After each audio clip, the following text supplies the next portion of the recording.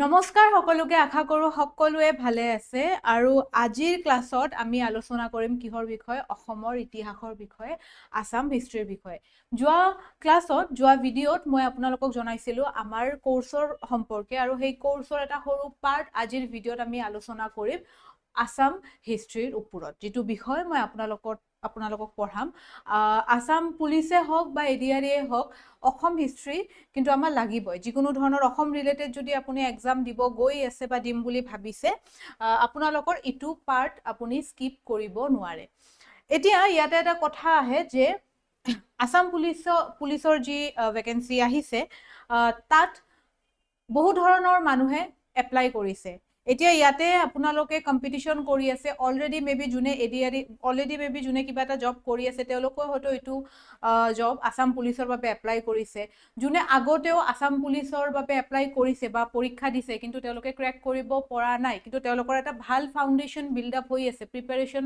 তেওঁলোকে ভালদৰে চলাই আছে আগৰ পৰাই তেওঁলোকেও কিন্তু এইবেলি আসাম পুলিচত এপ্লাই কৰিছে আৰু লগতে ফ্ৰেছাৰ্ছ যিবোৰ কি হয় যিবোৰ এস্পিৰেণ্টে নতুনকৈ দিব প্ৰথমবাৰৰ বাবে আসাম পুলিচৰ বাবে এপ্লাই কৰি আছে আৰু তেওঁলোকৰ কি হৈ আছে তেওঁলোকৰ অকমান সিলেবাসটোত বা অসম হিষ্ট্ৰীৰ যি পাৰ্ট আছে আমি কেনেকৈ পঢ়িম ক'ৰ পৰা পঢ়িম আমি অলপ হ'লেও কি হৈ আছো কনফিউজ হৈ আছো ৰাইট সো আমাৰ এই গোটেইখিনি কোৰ্সটো আমি এনেদৰেই ডিজাইন কৰিছো যে আপোনালোকে ফ্ৰেছাৰ্ছ হওক আপোনালোকে আগতেও আসাম পুলিচ দিছে বা ইটো অকল ৰিভিজন হিচাপেও যদি আপুনি চাব বিচাৰে তাতো আপুনি চাব পাৰিব আপোনালোকৰ গোটেইখিনি কি হৈ যাব ডাউটছ ইয়াতে ক্লিয়াৰ হৈ যাব ঠিক আছে ওকে সো হিষ্ট্ৰী কি হয় ইতিহাস কি হোৱাট ইজ হিষ্ট্ৰী আপোনালোকে হিষ্ট্ৰী বুলিলে কি বুজে যে আমি যদি কিবা এটা বস্তু আমি সাবজেক্ট পঢ়ো আমি সেই সাবজেক্টটোৰ বিষয়ে আগত জানিব লাগিব যে হয় কি বস্তুটো হিষ্ট্ৰী বস্তুটো হয় কি সো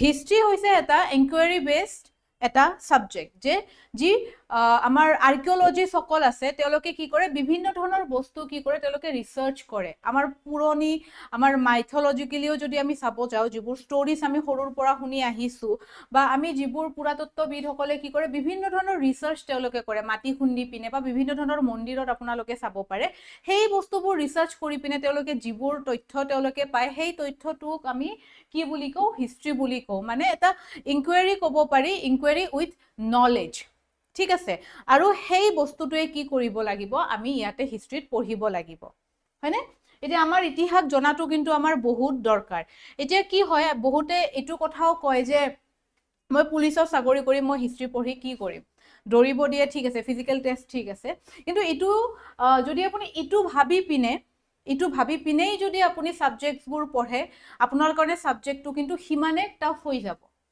বহু সংখ্যক মেক্সিমাম মানুহৰ মুখত এইটো মই শুনিব পাওঁ বহুত ষ্টুডেণ্টৰ বিষয়ে যে মোগল কিয় আহিছিলে মোগলে কিয় আক্ৰমণ কৰিছিলে হয়নে দে বা আমাৰ অসমৰ যিবোৰ আমাৰ হিষ্ট্ৰী আছে আমাৰ প্ৰি হিষ্ট্ৰীত কি হৈছিলে আমাৰ মডাৰ্ণ হিষ্ট্ৰীত কি হৈছিলে এইবোৰ মই এতিয়া জানি কি কৰিম কিন্তু এইবোৰ জনাটো দৰকাৰ আমাৰ ঐতিহ্য যদি আপুনি আগবঢ়াই ল'ব বিচাৰে এইটো এটা ৱে হয় যাৰ জৰিয়তে আপুনি হিষ্ট্ৰীৰ লগত অতপ্ৰতভাৱে সম্পৰ্ক এটা আপোনালোকৰ স্থাপন হ'ব পিছলৈ আপুনি নিজে প্ৰাউড ফিল কৰি কি কৰিব পাৰিব হিষ্ট্ৰীটো আমাৰ আগৰ প্ৰজন্মক আপুনি আগবঢ়াই লৈ যাব পাৰিব এইটোৰ কাৰণে আপুনি শিক্ষক হোৱাৰ কোনো দৰকাৰ নাই আপুনি পুলিচ হৈছে আপুনি এডিআৰইত জব কৰি আছে যেহেতু আপুনি সেই প্ৰসেছত হিষ্ট্ৰীখিনি পঢ়িছে আপোনাৰ নলেজৰ যি আপোনাৰ পৰিসীমা আছে সেয়া কি হৈছে সেয়া বৃদ্ধি হৈছে আৰু যাৰ জৰিয়তে আপুনি এই নলেজখিনি আগন্তুক প্ৰজন্মক আপুনি কঢ়িয়াই ল'ব পাৰিব তেওঁলোকৰ বাবে গতিকে এনেদৰে আপোনালোকে অকমান ভাবি চাব হিষ্ট্ৰীটো তেতিয়া এইটো কোৱেশ্চন নকৰিব যে আমি হিষ্ট্ৰী কিয় পঢ়িব লাগে আৰু তেতিয়াই সাবজেক্টটো আমাৰ বাবে সহজ হৈ পৰিব হয়নে ওকে সো আমি যদি আমাৰ অসমৰ হিষ্ট্ৰী চাব যাওঁ হা অসমৰ হিষ্ট্ৰীত কি হয় আমি টোটেল আমি 4টা পাৰ্টত আমাৰ আসাম হিষ্ট্ৰীত আমি ডিভাইড কৰো ওকে কি আমাৰ পাৰ্ট আছে আসাম হিষ্ট্ৰীত ancient history medieval history modern বা কলোনিয়েল হিষ্ট্ৰী আৰু পোষ্ট ইণ্ডিপেণ্ডেণ্ট হিষ্ট্ৰী ঠিক আছে এতিয়া এনশিয়েন্ট হিষ্ট্ৰী 350 পৰা 1206 এডিলৈকে এনশিয়েন্ট হিষ্ট্ৰী বুলি কোৱা হয় মিডিয়েবল হিষ্ট্ৰী 1206 এডিৰ পৰা কি হয় 1826 এডিলৈকে আমি কি বুলি কওঁ medieval history modern and colonial history 1826 এডিৰ পৰা 1947 এডিলৈ আমি কি কৰোঁ modern history and then post independence history, ইয়াতে ইংৰাজৰ বিষয়ে, ইংৰাজৰ যোৱাৰ পিছত কি হৈছিলে, কি মুভমেণ্ট হৈছিলে, ঠিক আছে, সেই বিষয়ে আমি ইয়াতে পঢ়িব লাগিব। 1947 পিছৰ পৰা আমাৰ কি ধৰা হয়, পোষ্ট ইণ্ডিপেণ্ডেণ্ট হিষ্ট্ৰী। ক্লিয়াৰ?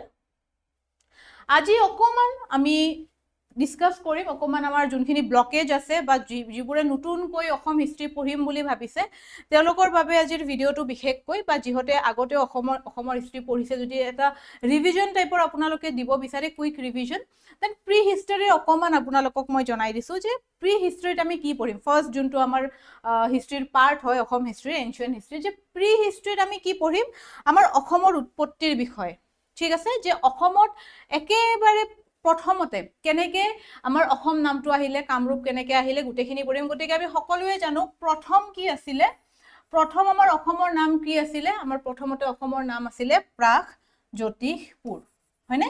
কি নাম আছিলে আমাৰ প্ৰথমে অসমৰ? প্ৰাগজ্যোতিষপুৰ, আমি সকলোৱে জানো। আৰু এই প্ৰাগজ্যোতিষপুৰৰ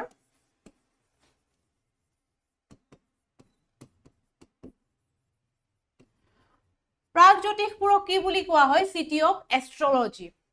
আমাৰ অসমত মায়ঙৰ পিনে যদি আপোনালোকে যায় তাত চাব তন্ত্ৰবিদ্যা, আমাৰ তন্ত্ৰবিদ্যাৰ ভেটি আছে আমাৰ অসমত, কামাখ্যা মন্দিৰ, কামাখ্যা দেৱীৰ মন্দিৰ। গতিকে আগৰ পৰাই কিন্তু আমাৰ অসমত এই ধৰণৰ বস্তুবোৰ কি হয়, ওতঃপ্ৰোতভাৱে জড়িত।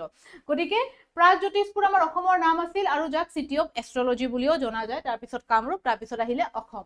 আৰু এই ক্ষেত্ৰত প্ৰাগজ্যোতিষপুৰৰ যি প্ৰি হিষ্টৰিক যি আমাৰ এৰা আছে, এইখিনিত আমি তিনিটা মেইনলি আমি কি পঢ়িম, তিনিটা ডাইনেষ্টিৰ বিষয়ে পঢ়িম। কি ডাইনেষ্টিৰ বিষয়ে পঢ়িম আমি? দানৱ ডাইনেষ্টিৰ বিষয়ে পঢ়িম, ভৌম ডাইনেষ্টিৰ বিষয়ে পঢ়িম আৰু অসুৰ ডাইনেষ্টিৰ বিষয়ে আমি পঢ়িম। দানৱ বংশ, ঠিক আছে, দানৱ বংশৰ কোন আছিলে ফাউণ্ডাৰ? মহিৰাংগ দানৱ, প্ৰথম ৰজা, বা যদি কয় যে অসমৰ প্ৰথম ৰজা কোন আছিলে, কি হ'ব? মহিৰাংগ দানৱ, ৰাইট? আৰু মহিৰাংগ দানৱ, তাৰপিছত কি আহিলে আমাৰ ভৌম ডাইনেষ্টি। ভৌম বংশ আৰু অসুৰ বংশ কিন্তু সমসাময়িক আছিলে, একেলগে ষ্টাৰ্ট হৈছিলে, ঠিক আছে, কণ্টেম্পৰৰী আছিলে ভৌম বংশ আৰু অসুৰ বংশ। আৰু ভৌম বংশৰ ৰজা কোন আছিলে? নৰকাসুৰ।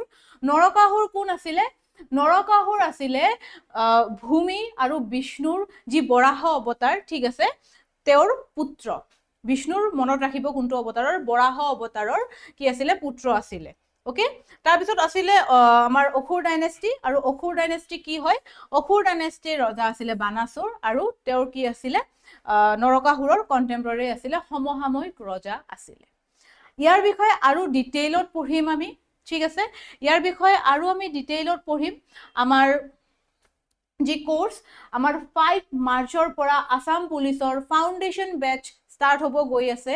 হিষ্ট্ৰীৰ ইচ এণ্ড এভৰিথিং একেবাৰে সহজভাৱে আমি পঢ়িম। আমি কেনেকৈ মনত ৰাখিম ৰজাবোৰৰ নাম, আহোমৰ ৰজাসকলৰ নাম আমি কেনেকৈ মনত ৰাখিম, বা প্ৰথম ৰজাৰ পৰা আৰম্ভ কৰি আমি কেনেকৈ নামবোৰ এটা আমি ট্ৰিক ইউজ কৰি মনত ৰাখিম, গোটেইখিনি আমি এই কোৰ্সত আমি আলোচনা কৰিম। হিষ্ট্ৰী তেতিয়া কেতিয়াও আপোনালোকৰ বাবে টান হৈ নৰয়। পিছতো যদি আপুনি কিতাপ নেমেলাকেও যদি আপোনালোকে কাৰোবাক যদি হিষ্ট্ৰী নিজেও যদি আপুনি পঢ়াবও বিচাৰে, আপুনি তেতিয়াও কিন্তু পঢ়াব পাৰিব।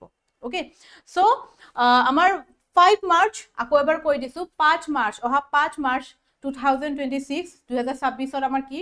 আমাৰ ফাউণ্ডেশ্যন বেচ ষ্টাৰ্ট হ'ব গৈ আছে, য'ত আপোনালোকে লাইভ ক্লাছ, ৰেকৰ্ডেড ক্লাছেছ, আপোনালোকে মেটেৰিয়েল গোটেইখিনি পাই যাব। মক টেষ্ট ইয়াতে হ'ব, আমাৰ এক্সপাৰ্ট ফেকাল্টিজ আছে, আপোনালোকক সহায় কৰিব আসাম পুলিচৰ এই যাত্ৰাত আপোনালোকক।